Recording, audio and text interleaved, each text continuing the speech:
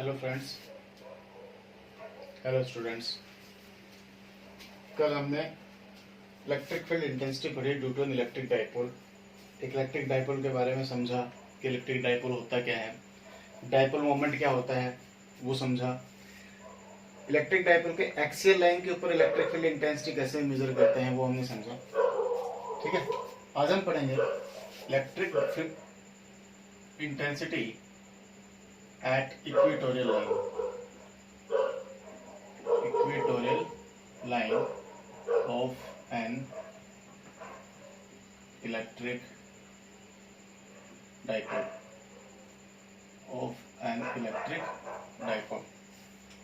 ठीक है, आज हम क्या पढ़ेंगे, उसके इक्वेटोरियल लाइन के ऊपर इलेक्ट्रिक फील्ड इंटेंसिटी कितनी होती है उसको मेजर करेंगे। इक्वेटोरियल लाइन यानी कि सपोज करो this is my dipole, this minus charge, ऐसे लिख लेते हैं, this minus and this is plus. ठीक है, and this is the centre. तो एक ऐसी लाइन जो इस सेंटर से होकर के निकलती है, इस लाइन के ऊपर कहीं भी यदि मुझे इलेक्ट्रिक फील्ड इंटेंसिटी निकालनी पड़ जाए तो मैं उसको कैसे कैलकुलेट करूंगा। हमें बेसिकली ये पढ़ना है कि यहाँ पे माइनस क्यू चार्ज रखा हुआ है, यहाँ पे प्लस क्यू चार्ज रखा हुआ है। ठीक है, इस इक्वेटोरियल लाइन के ऊपर कहीं पर भी एक पॉइंट है पी, मैं ये पॉइंट कंसिडर कर लेता हूँ, ये मेरा पॉइंट है पी। ठीक है, इस पी पॉइंट के ऊपर, ठीक, इस पी पॉइंट के ऊपर इलेक्ट्रिक फील्ड इंटेंसिटी कैसे निकालेंगे, उसकी वैल्यू कितनी होगी। ठीक है, तो कुछ नहीं करना, मैंने आपको बताया था जब इलेक्ट्रिक फील्ड इंटेंसिटी मैंने पढ़ाई थी तब, और जब फोर्स पढ़ाया था तब, कि जो इलेक्ट्रिक फील्ड इंटेंसिटी होती है वो मेरी वेक्टर क्वांटिटी होती है। कैसी क्वांटिटी होती है भैया? Vector quantity. तो एट एनी पॉइंट यदि इलेक्ट्रिक फील्ड इंटेंसिटी निकालनी है मोर देन वन चार्ज, तो क्या करेंगे हम, वेक्टर सम कर देंगे। क्या कर देंगे? वेक्टर सम, मतलब दो निकालेंगे, E1 एंड E2 निकालेंगे और उन दोनों को जोड़ देंगे। E1 और E2 निकालेंगे और उन दोनों को जोड़ देंगे और कुछ नहीं करना। ठीक है, अब देखो क्लियर है। अब इसमें अपने को समझना क्या है कि भैया वहां पे इलेक्ट्रिक फील्ड इंटेंसिटी Q1 की वजह माइनस Q की वजह से कितनी होगी, प्लस Q की वजह से कितनी होगी। ठीक है, नीचे वाली लाइन की आवश्यकता नहीं है इतनी। ठीक, तो देखो, क्योंकि ये दूरी मेरी ए होती है, ये मेरी ए होती है। क्यों होती है? क्योंकि ये मेरा सेंटर होता है और ये टोटल दूरी मेरी कितनी होती है, 2a कंसिडर करते हैं। इसका मतलब ये this is the mid point. ठीक, this line passes through the mid point. Mid point तो मतलब ये वाली दूरी और ये वाली दूरी सेम होगी। This is r, this is r। ठीक है, क्लियर है। ऐसा नहीं करते हैं। ठीक है, हम क्या करते हैं, सेंटर से डिस्टेंस मेजर करते हैं r, जैसे हमने कल किया था। सेंटर से हमने डिस्टेंस कितनी मेजर किया था, r डिस्टेंस मेजर किया था। ठीक है, तो जो ये वाली दूरी आएगी, ये a और ये r, यानी कि ये वाली a होगी, ये r, तो ये कितना हो गया, ये इज एंगल ऑफ 90 डिग्री। तो ये क्या बन गई, राइट एंगल ट्रायंगल बन जाएगी। ठीक है, एक राइट एंगल ट्रायंगल बन जाएगी। तो ये वाली जो डिस्टेंस आएगी ये कितनी है मेरी, r square plus a square का अंडर रूट। ठीक है, क्योंकि ये हाइपोटेन्यूस हो गया, base square plus perpendicular square, तो r square plus a square का अंडर रूट। ठीक है, क्लियर है। हम ऐसे भी कर सकते हैं कि मैं इसको x मान लूं, ठीक है, और फिर x की वैल्यू पुट कर दूं r square plus a square, जैसे आपकी मर्जी। ठीक, क्लियर। तो डिस्टेंस पता चलिए, दोनों की बराबर दूरी है। ठीक है, अब देखो, अब हमने पढ़ा था कि electric field intensity, electric field यदि पॉजिटिव चार्ज से है तो आउटवर्ड होता है। क्या होता है? आउटवर्ड होता है। यदि नेगेटिव चार्ज की वजह से है तो क्या होता है, इनवर्ड होता है। इलेक्ट्रिक फील्ड पॉजिटिव चार्ज की वजह से क्या होता है, आउटवर्ड होता है। नेगेटिव चार्ज की वजह से इलेक्ट्रिक फील्ड क्या होता है, इनवर्ड होता है। ठीक है, इसका मतलब इस वाले चार्ज की वजह से इसके ऊपर जो इलेक्ट्रिक फील्ड होगा बाहर की तरफ होगा। ठीक है, किधर होगा, बाहर की तरफ होगा। और इधर की तरफ जो होगा, माइनस Q की वजह से जो इलेक्ट्रिक फील्ड होगा वो किधर होगा, अंदर की तरफ होगा। किधर होगा, अंदर की तरफ होगा। ठीक, मैंने क्या किया, हमने कुछ नहीं किया। ठीक है, बस इतना ही समझना है। समझने वाले यही दो बातें हैं कि इस पॉइंट के ऊपर देखो, अब हम उसको मैं यहाँ पे बना देता हूँ।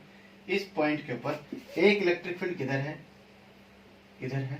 दूसरा इलेक्ट्रिक फील्ड किधर है, इधर है। ठीक है, ये मेरा E1 है और ये मेरा E2 है।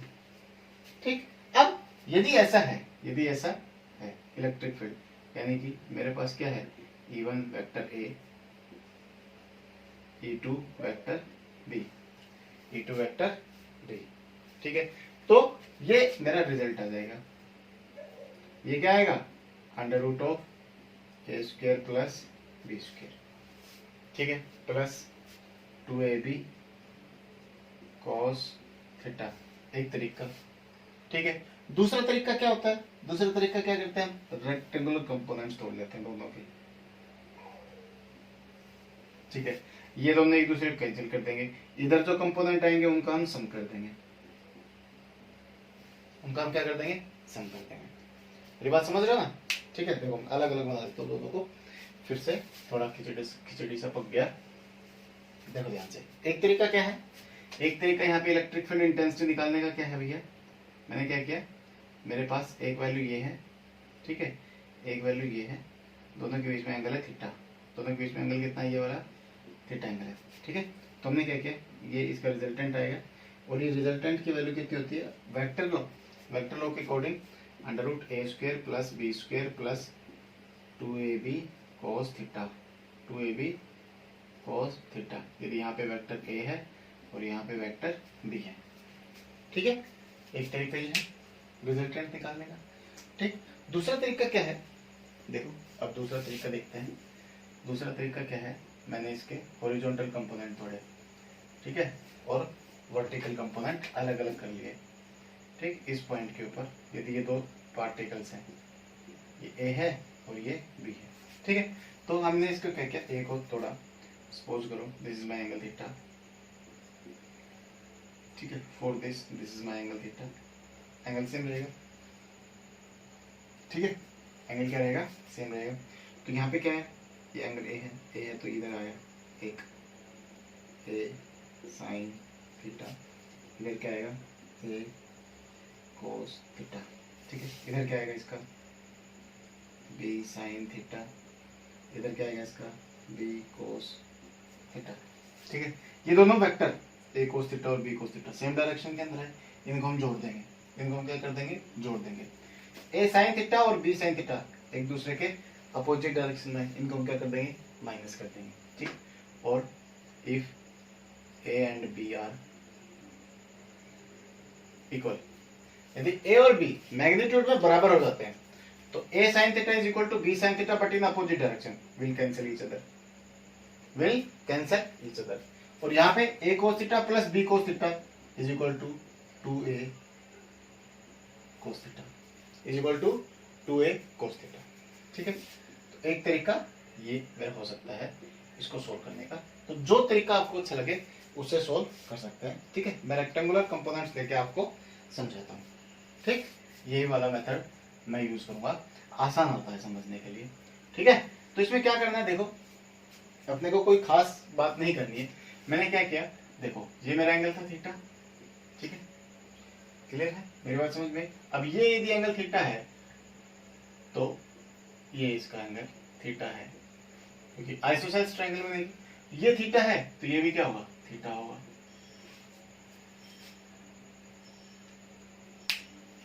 Got it? और यदि थीटा होगा तो ये भी क्या होगा, थीटा होगा।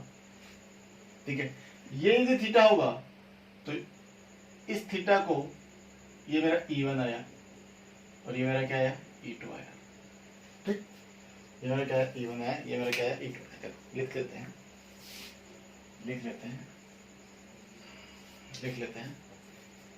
Late E1 is the electric field intensity due to positive charge. ठीक है, तो E1 कितना है मेरे पास, कितना था, फॉर्मूला क्या होता है, k q upon r square. R नहीं है, एक्स लिया है, एक्स स्क्वायर यानी कि r square plus a square का अंडर रूट था, होल स्क्वायर करेंगे, होल स्क्वायर से अंडर रूट कट गया। एक्टिंग आउटवर्ड, एक्टिंग आउटवर्ड इधर जा रहा है बाहर की तरफ। किधर जा रहा है? बाहर की तरफ। इक्वेशन नंबर 1, E2, ठीक है, E2 is the intensity due to negative charge। तो E2 कितना है मेरे पास? KQ upon R square plus A square, because the distance is same, magnitude is same, the polarity is different, only polarity is different। If only polarity is different, it means that direction will change, acting inward, acting inward। equation number 2, ठीक है। now see, if this angle theta, this angle theta, this angle become theta plus theta, 2 theta, and we can just calculate it, ठीक है, that doesn't matter, ठीक है। But क्या किया मैंने इनको अलग अलग कर लिया, ठीक है। अब यहाँ पे सिंपली लिख सकते हो कि E net is equal to, जैसे मैंने बताया, E net is equal to under root of E1 square plus E2 square plus 2E1 E2 cos 2 theta square नहीं 2 थीटा cos 2 थीटा, क्योंकि दोनों के बीच में एंगल कितना लगेगा? Theta plus theta 2 theta, total angle consider करेंगे, ठीक है। This is my answer. Put the value of theta and got the answer. Theta will different for different values, so put the value of theta here, solve it and we will get the answer। so this is my resultant, ठीक है, this is my resultant, ठीक है, and this whole result depends on the theta, ठीक है। to recover this problem, ठीक है, इस problem से बाहर निकलने के लिए, ठीक, मैंने क्या किया, इधर रेक्टेंगुलर कंपोनेंट तोड़ के देखो, इसके रेक्टेंगुलर कंपोनेंट तोड़े, तो मैंने E1 का रेक्टेंगुलर कंपोनेंट तोड़ा तो ऊपर की तरफ आया E1 साइन थीटा, E1 का इधर क्या आया? E1 cos थीटा, ठीक है। E2 इधर है, E2 का नीचे की तरफ क्या आया? E2 साइन थीटा, इधर क्या आया? E2 cos थीटा, ठीक है। तो इधर जो वैल्यू आई, ठीक है, और एक ऊपर और एक नीचे वैल्यू है, तो ऊपर और नीचे वाली एक दूसरे के अपोजिट हो गई, ठीक है। As E1 and E2 are equal in magnitude, ठीक है, आर इक्वल इन मैग्नीट्यूड, क्योंकि इनकी वैल्यू देखो मैग्नीट्यूड में बराबर है, मैग्नीट्यूड में दोनों की वैल्यू बराबर है, बस डायरेक्शन अपोजिट है। तो क्या लिखेंगे? Vertical component. कौन से कंपोनेंट भैया? Vertical components will cancel each other,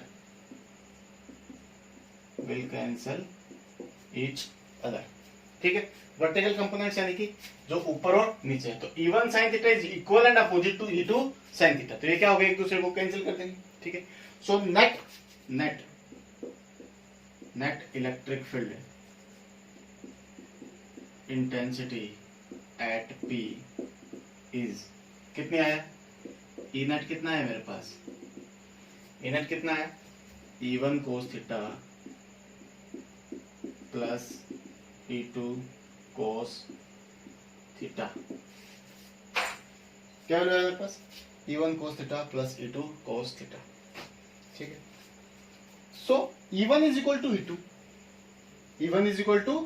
E2, जब E1 E2 के बराबर है तो मैं क्या लिखूंगा? E नेट बराबर E1 cos थीटा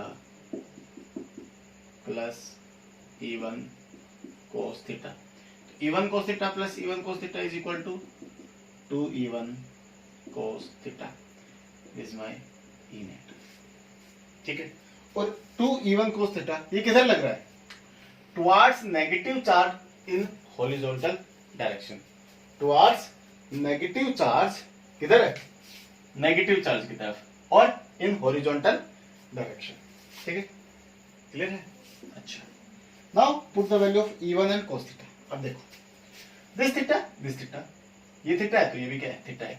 तो यदि ये थीटा है तो in this triangle cos theta लगाऊं तो cos थीटा क्या है मेरे पास, cos थीटा क्या होता है, बेस अपॉन हाइपोटेन्यूज। तो बेस क्या है a, हाइपोटेन्यूज क्या है under root r square plus a square. तो मैं क्या लिखूंगा, cos theta is equal to a upon under root r square plus a square. cos theta बराबर क्या है, a upon under root r square plus a square. ठीक है? अच्छा, E1 की वैल्यू कितनी है अपने पास, E1 की वैल्यू भैया k q upon r square plus a square. ठीक है, तो put value, E net is equal to 2 k E1 2k q upon r square plus a square multiply by a upon r square plus a square का under root. ठीक है, r square plus a square की power 1 and r square plus 1 a square की power half, तो 1.5 यानी कि 1.5। तो इसको क्या लिखेंगे, 3/2 और q इंटू 2a, देखो 2aq, तो इसको क्या लिख सकता हूं मैं, E net is equal to k into q into 2a divided by r square plus a square की पावर 3/2। q इंटू 2a क्या होता है अपना, डाइपोल मोमेंट, कल पढ़ा था ना, P बराबर होता है q मल्टीप्लाई बाय 2a। ठीक है, this is my dipole moment. क्या वैल्यू है अपने पास, E नेट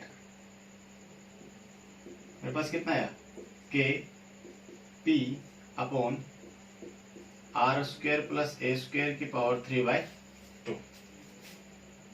ठीक है, E net is equal to k p upon r square plus a square की पावर 3/2। ठीक, अब इसमें क्या है कि यदि मैं ये कहूं कि a मेरा r से बहुत छोटा है, जो a है, this value is very much smaller than this value. ठीक है, मैं इसका रफ कर रहा हूं एक बार।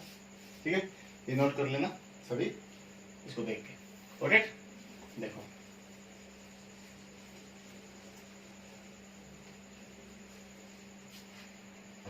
देखो ये क्या है अपने पास, if a is very smaller than r। ठीक है, तो a का स्क्वायर और भी छोटा होगा, तो मैं इसको क्या कर दूंगा, नेग्लेक्ट कर देंगे। तो e इक्वेटोरियल लिख लेते हैं इसको, e equatorial is equal to आया मेरे पास k p upon r square की पावर 3/2, आर स्क्वायर की पावर 3/2, 2 से 2 कट गया, तो we get k p upon r cube, k p upon r cube. ठीक है, आर क्यूब यानी कि electric field intensity is inversely proportional to the cube of distance. ठीक है, कल भी हमने यही निकाला था कि जो इलेक्ट्रिक फील्ड इंटेंसिटी है that is inversely proportional to the cube of distance. And this is important point, और मैं बार बार इस चीज को नोट कराते जा रहा हूं कि भैया ये